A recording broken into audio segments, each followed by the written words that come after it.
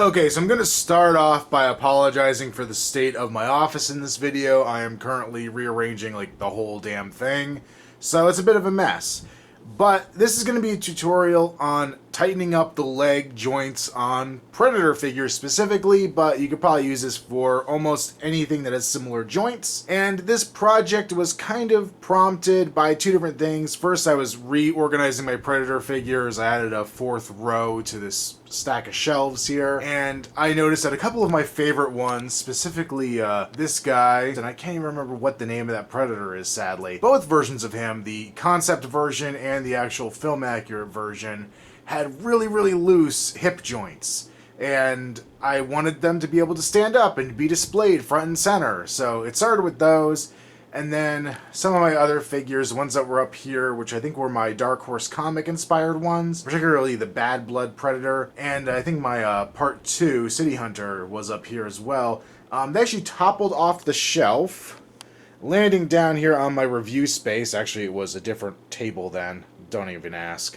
But they hit this light right here, knocked it on the floor, busted the bulb, left glass shards all on the carpet that I was cleaning up for like a week afterwards because I kept finding new little painful bits of glass in my carpet. So that's prompted a project of going through all these Predator figures and checking them for loose leg joints and tightening up what I can. Just for reference, I do have all of them on these DC Direct stands. They help a bit. But yeah, some of them just have loose hip joints, and when half the weight of the figure goes toppling forward, it still can cause them to go tumbling. So obviously the first thing you're going to want to do is search your collection, find ones that do have loose hip joints, and I guess this guy's a pretty good example. You can see he's pretty darn wobbly there at the hips, so we'll start with him. And the plus side here is we only need one tool to get this done, assuming everything goes according to plan, and that is some plain old super glue. Cyanoacrylate glue, I guess is what it's really called, or I might be mispronouncing that.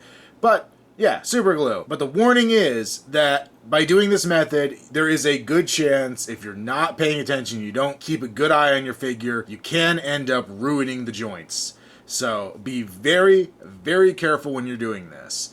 I believe you could potentially attempt to counteract any negative effects with some acetone or nail polish remover that includes acetone. You might want some Q-tips on hand if you're going to do that. But hopefully, if you follow my method, you're not going to have to worry about that. So what you're going to want to do is make the Predator do the splits here.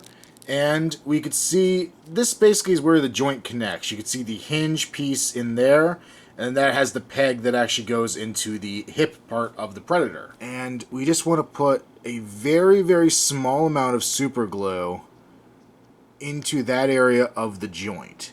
Now this theoretically will help both the in and out motion of the legs as well as the forward and back motion should be helped by this. Even though my problem is just with the forward and back motion, I have noticed that putting glue there seems to do the trick much better. I think it gets the glue in there better than trying to do any other spot on the legs. So you do risk messing up that in and out motion by doing this as well, but the results end up being better. So now that we've done that, you can see I'm kind of working the joint a little bit to try to get that glue in there where it needs to be. And then I'm going to let it sit for just a little bit. I was going to say a minute. I don't even know if it's a minute.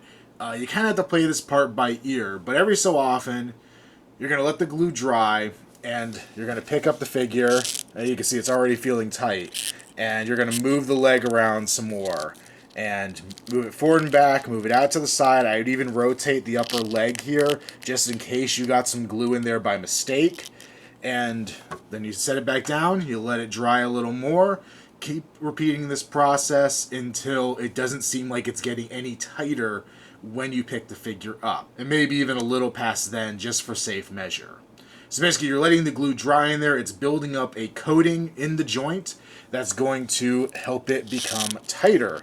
And that will keep your Predator from wobbling back and forth so much. Now, if you find that the joint's not getting any tighter and it's still wobbly, you can repeat the process, put a little more glue in there, follow the same steps over again. But the key here is to keep working the joint every so often until you could tell it's completely dry. Because if you don't do it, you're going to end up with a fused joint, and that's where you got to break out the acetone, try to get in there, try to use the chemicals in there to remove the super glue to free your joint back up again. So be very careful when doing this. If the joint feels frozen, don't try to force it, or you might end up breaking something.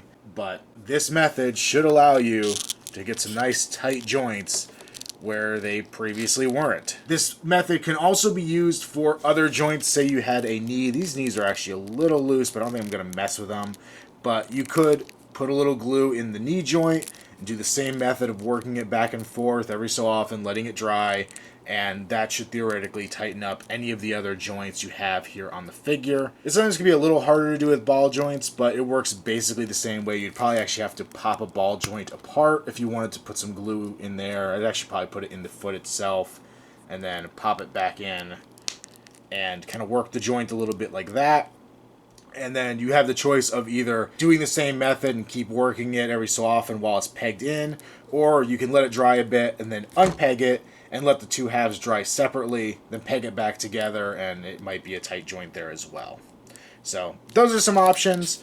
Hopefully those help, those work for you guys out there who have similar issues with some of these hip joints especially. I think those have been the Achilles heel on a lot of these figures. Yeah, if you have any questions, post them in the comments. I will do my best to help, and best of luck.